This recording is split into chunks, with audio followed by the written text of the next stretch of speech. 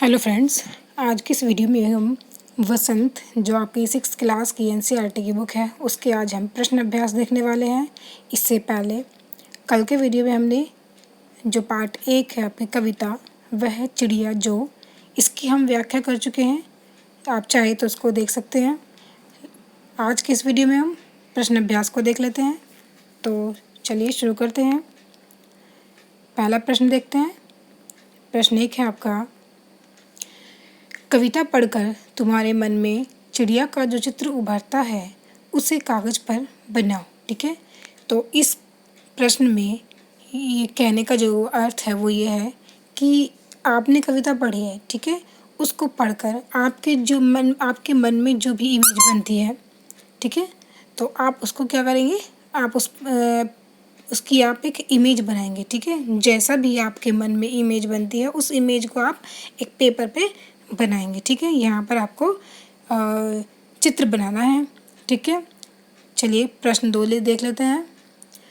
तुम्हें कविता का कोई शीर्षक देना हो तो क्या शीर्षक देना चाहोगे? उपयुक्त शीर्षक सोचकर बताओ। ठीक है, देखिए आपने कविता को पढ़ा, कल हमने इस कविता की व्याख्या भी की। ठीक है, आपने कविता में क्या पढ़ा था कि चिड़िया के बारे में हमने पढ़ा था कि वो चिड़िया कैसी थी, स्वाभिमानी। ठीक है, साहसी थी, वो संतोषी चिड़िया थी, यानी कि इस चिड़िया के कई गुणों के बारे में इस कविता में बताया गया है। तो हम इस कविता को कोई भी शीर्षक दे सकते हैं, जैसे कि स्वाभिमानी चिड़िया, साहसी चिड़िया, ठीक है, और ये संतोषी चिड़िया। ठीक है, संतोषी चिड़िया। आप चाहे तो अपनी तरफ से भी कोई भी शीर्षक इस कविता को दे सकते हैं। चलिए प्रश्न 3 देख लेते हैं। इस कविता के आधार पर बताओ कि चिड़िया को किन किन चीज़ों से प्यार है। ठीक है, तो चिड़िया को किन किन चीज़ों से प्यार है? चिड़िया को जौ, बाजरा अर्थात मोटे अनाज, एकांत, नदी आदि से प्यार है। जैसा कि कविता में कहा गया है कि मुझे विजन से बहुत प्यार है। ठीक है, एकांत के लिए एक शब्द है विजन। ठीक है, विजन शब्द का प्रयोग किया गया है। तो चिड़िया को किससे प्यार है? चिड़िया को एकांत अर्थात विजन से प्यार है। चिड़िया को नदी से भी प्यार है। ठीक है, सब कविता के लास्ट में, कविता के अंत में एक पंक्ति है कि मुझे नदी से बहुत प्यार है। तो जो चिड़िया है उसको नदी से भी बहुत प्यार है, उसको अन्न से भी बहुत प्यार है और उसको एकांत से बहुत प्यार है। प्रश्न 4 देख लेते हैं। आशय स्पष्ट करो। ठीक है, तो यहाँ पर आपको 2 वाक्य दिए गए हैं। ठीक है, वाक्य या कविता की पंक्तियाँ दी गई हैं आपको, एक यहाँ पर और ये यहाँ पर। ठीक है, तो ये कविता में से कुछ पंक्तियाँ हैं, आपको इनका अर्थ स्पष्ट करना है। ठीक है, तो पहली जो पंक्ति है उसको देख लेते हैं। रस उंडेल कर। ठीक है फ्रेंड्स, विजिबिलिटी में थोड़ी प्रॉब्लम हो सकती है, उसके लिए मैं सॉरी बोलना चाहूँगी। ठीक है, बट इतना तो दिखाई दे रहा है कि हाँ उसको हम पढ़कर समझ सकते हैं। तो रस उंडेल कर, रस उंडेलने का क्या आशय होता है? इसका आशय है चिड़िया मधुर स्वर एवं मीठी आवाज़ में गाती है। ठीक है, तो रस उंडेल कर गाना या रस उंडेलने का अर्थ होता है मीठी और मधुर आवाज़ में गाना या बोलना। ठीक है, नेक्स्ट देख लेते हैं। चिड़िया नदी का दिल टटोलकर जल का मोती ले जाती है।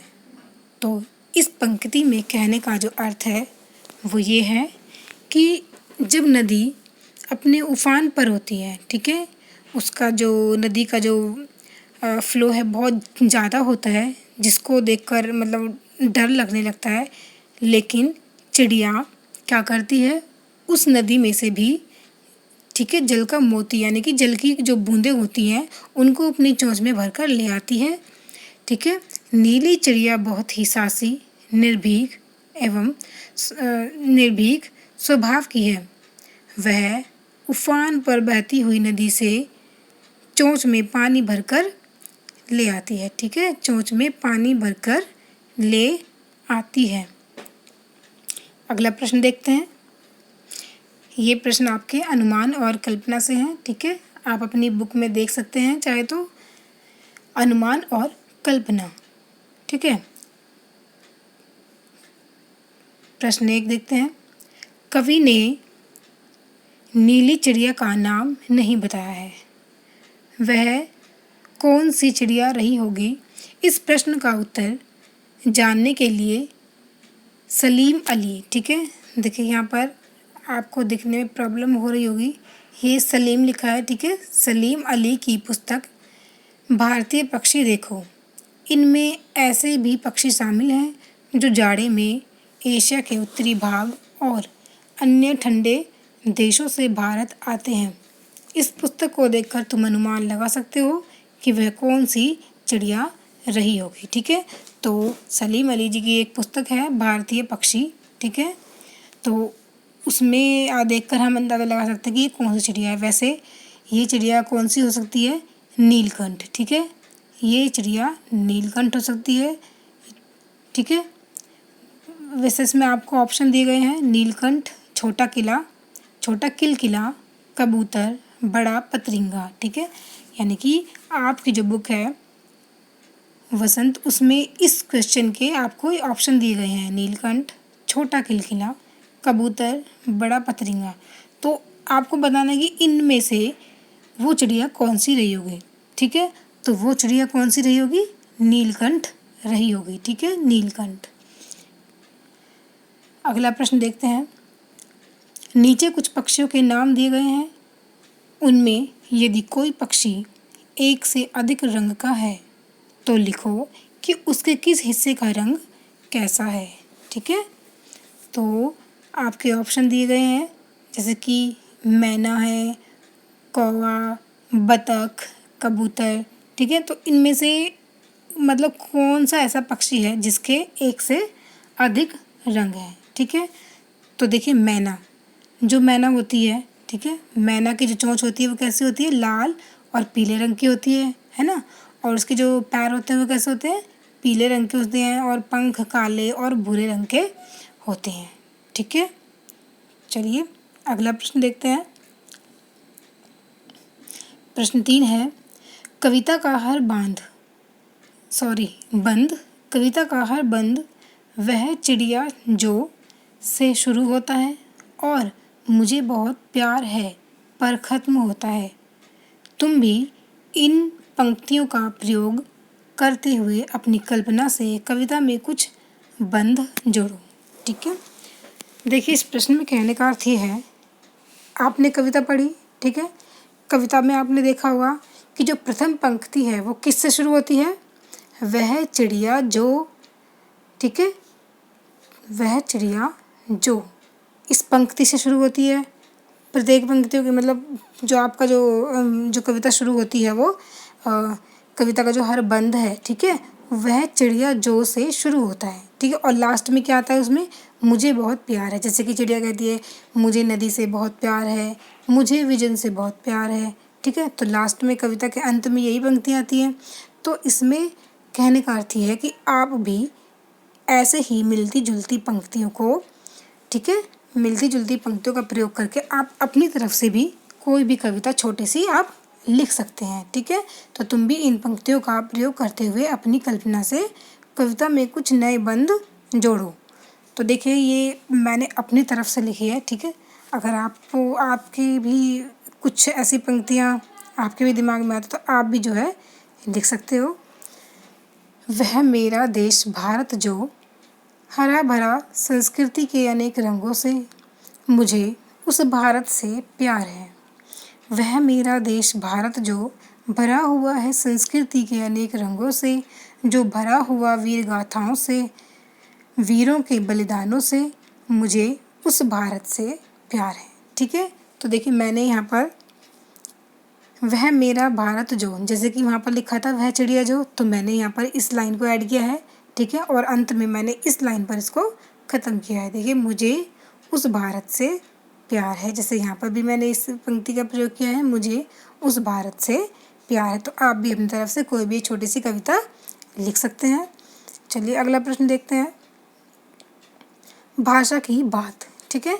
आपकी पाठ्य पुस्तक जो वसंत है उसमें पाठ 1 में दिया हुआ है भाषा की बात, उसका है ये प्रश्न 1। ठीक है, तो यहाँ पर थोड़ा जो है व्याकरण से संबंधित कुछ प्रश्न हैं यहाँ पर, उनको भी देख लेते हैं। प्रश्न 1 है आपका, पंखों वाली चिड़िया, ऊपर वाली दराज, नीले पंखों वाली चिड़िया, सबसे ऊपर वाली दराज। ठीक है, ये आपको 4 पंक्तियाँ दी गई हैं। यहाँ रेखांकित शब्द विशेषण का काम कर रहा है। ये शब्द चिड़िया और दराज शब्दों की विशेषता बता रहे हैं, अतः रेखांकित शब्द विशेषण है और चिड़िया दराज विशेष्य है। यहाँ वाला वाली जोड़कर बनने वाले कुछ और विशेषण दिए गए हैं। ऊपर दिए गए उदाहरणों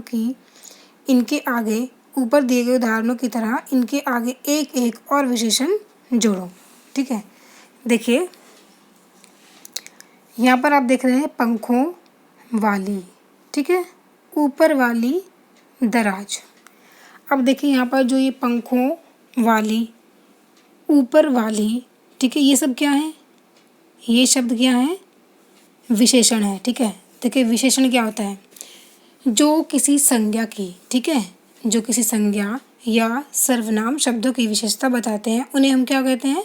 विशेषण। ठीक है, तो यहाँ पर आप देख सकते हैं ये शब्द है चिड़िया। ठीक है, चिड़िया क्या है यहाँ पर? चिड़िया यहाँ पर संज्ञा है। ठीक है, अब यहाँ पर चिड़िया की विशेषता बताई गई है। ठीक है, चिड़िया की विशेषता बताई गई कि चिड़िया कैसी है? पंखों वाली है। ठीक है, यहाँ पर दराज यानी कि कौन सी दराज? ऊपर वाली दराज। नीले पंखों वाली चिड़िया। ठीक है, तो चिड़िया की यहाँ पर भी विशेषता कैसी चिड़िया है वो? नीले पंखों वाली। तो यहाँ पर चिड़िया, दराज ये सब संज्ञा शब्द हैं और इनकी यहाँ पर विशेषता बताई गई है।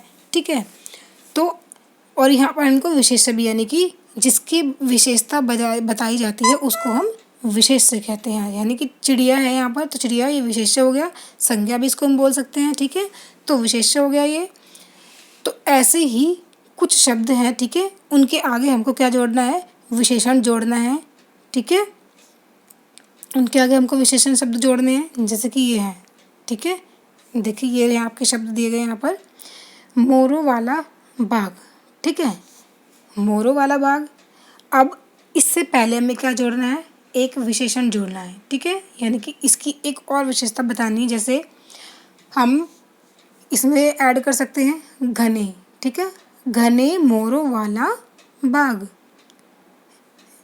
नेक्स्ट है पेड़ों वाला घर। ठीक है, देखिए आपकी बुक में सिर्फ आपको ये पंक्तियाँ दी गई हैं। ठीक है, और आप अपनी बुक में देख सकते हैं और आपको यहाँ पर सिर्फ ये ऐड करना है। ठीक है, ये मैंने अपनी तरफ से ऐड किए हैं। यहाँ पर बुक में आपकी सिर्फ ये दिए हुए हैं, ये आपको नहीं दिए हुए हैं। ठीक है, तो ये मैंने अपनी तरफ से ऐड किए हैं। ठीक है, तो घने मोरों वाला बाग, फलदार पेड़ों वाला घर। ठीक है, यानी कि जैसे ये है पेड़ों वाला घर, तो हम इससे पहले एक और विशेषण ऐड कर सकते हैं। क्या? कि पेड़ों वाला घर तो है, लेकिन वो जो पेड़ है वो कैसे हैं? फलदार हैं। ठीक है, यानी कि फलदार पेड़ों वाला घर। वो जो पेड़ हैं वो कैसे हैं? फलदार हैं। ठीक है, जिन पे फल लगते हैं। तो अगला देखते हैं, पीले फूलों वाली क्यारी। ठीक है, यहाँ पर सिर्फ ये था, ये पंक्ति थी, ये लाइन थी। इस लाइन से पहले हमने क्या ऐड किया? पीले, तो फूलों वाली क्यारी। तो इससे पहले हमने एक विशेषण ऐड कर दिया, कौन सा? पीले। ठीक है, पीले फूलों वाली क्यारी। तो फूलों वाली क्यारी, तो फूल जो हैं वो कैसे हैं? पीले हैं। ठीक है, तो पीले फूलों वाली क्यारी। गलियों का स्कूल वाला रास्ता। ठीक है, यानी कि आपका ये था कि स्कूल वाला रास्ता। उससे पहले हमने एक विशेषण इसमें ऐड कर दिया, संकरी गलियों का स्कूल वाला रास्ता। अगला देखते हैं, हंसने वाला बच्चा। ठीक है, हंसने वाला बच्चा आपकी बुक में सिर्फ ये दिया हुआ है, हंसने वाला बच्चा। अब इससे पहले हम क्या ऐड कर सकते हैं? जैसे कि मीठी हंसी हंसने वाला बच्चा, ठीक है, मीठी हंसी। या हम इसमें कुछ और भी ऐड कर सकते हैं, जैसे कि अधिक हंसने वाला बच्चा, यानी कि जो बहुत ज़्यादा हंसते हैं, ठीक है ना, बात बात पर हंसने लगते हैं, तो हम ये भी ऐड कर सकते हैं कि अधिक हंसी वाला बच्चा। ठीक है, अधिक भी हम यहाँ पर ऐड कर सकते हैं। लंबी मूंछों वाला आदमी, ठीक है, यहाँ पर यानी कि ये दिया हुआ था सिर्फ, और हमने इसमें क्या है, कौन सा विशेषण ऐड किया है हमने इसमें, लंबी। ठीक है, तो लंबी मूंछों वाला आदमी। चलिए अगला प्रश्न देखते हैं। प्रश्न 2 है, वह चिड़िया जुंडी के दाने रुचि से खा लेती है, वह चिड़िया रस उंडेल कर गा लेती है। प्रश्न क्या है आपका, कविता की इन पंक्तियों में मोटे छापे वाले शब्दों को ध्यान से पढ़ो। पहले वाक्य में रुचि से खाने का ढंग और दूसरे वाक्य में रस उंडेल कर गाने के ढंग की विशेषता बता रहे हैं, अतः ये दोनों क्रिया विशेषण हैं। नीचे दिए गए वाक्यों में कार्य के ढंग या रीति से संबंधित क्रिया विशेषण छांटो। ठीक है, देखिए आपकी बुक में जो प्रश्न है वो इस तरीके से दिया गया है कि जो ये शब्द हैं आपके, उनको, ठीक है, मोटे यानी कि उनको थोड़ा हाईलाइट करके दिखाया गया है, बट मैंने यहाँ पर इनको अंडरलाइन कर दिया गया है। ठीक है, मैंने यहाँ पर इनको अंडरलाइन कर दिया है। तो कहने का मतलब है कि जो अंडरलाइन जो शब्द है, यानी जो आपके जो शब्द हैं वो क्या बता रहे हैं, जिसकी रस उंडेल कर, तो ये गाने के ढंग को बता रहा है कि किस तरह से चिड़िया गाती है, रस उंडेल कर गाती है। ठीक है, खा लेती है, कैसे खा लेती है, रुचि से खा लेती है। तो ये शब्द क्या है, खा लेती है, गा लेती है, ये शब्द हैं क्रिया। ठीक है, तो जो क्रिया की, जो क्रिया शब्दों की विशेषता बताने वाले शब्द होते हैं उनको हम बोलते हैं क्रिया विशेषण। ठीक है, जैसे कि भागना, देखिए जैसे कि भागना, ठीक है, एक शब्द लिखा हमने यहाँ पर भागना। अब भागना क्या है, क्रिया है। ठीक है, तो अगर हम इसमें भागने के साथ हम कि कोई बच्चा भाग रहा है तो वो कैसे भाग रहा है, ठीक है, तो हम इसमें क्रिया विशेषण कैसे ऐड करेंगे, कैसे भाग रहा है, तेज भाग रहा है। ठीक है, कैसे भागा, तेज भाग रहा है, तो ये कैसे, क्या हो गया, ये क्रिया विशेषण। ठीक है, तो ऐसे ही यहाँ पर कुछ आपकी कुछ पंक्तियाँ दी गई हैं, कुछ लाइंस दी गई हैं, तो उसमें हमको क्या करना है, क्रिया विशेषण को छांटना है। जैसे पहला है आपका, सोनाली जल्दी जल्दी मुंह में लड्डू ठूंसने लगी। ठीक है, देखिए सोनाली जल्दी जल्दी मुंह में लड्डू ठूंसने लगी।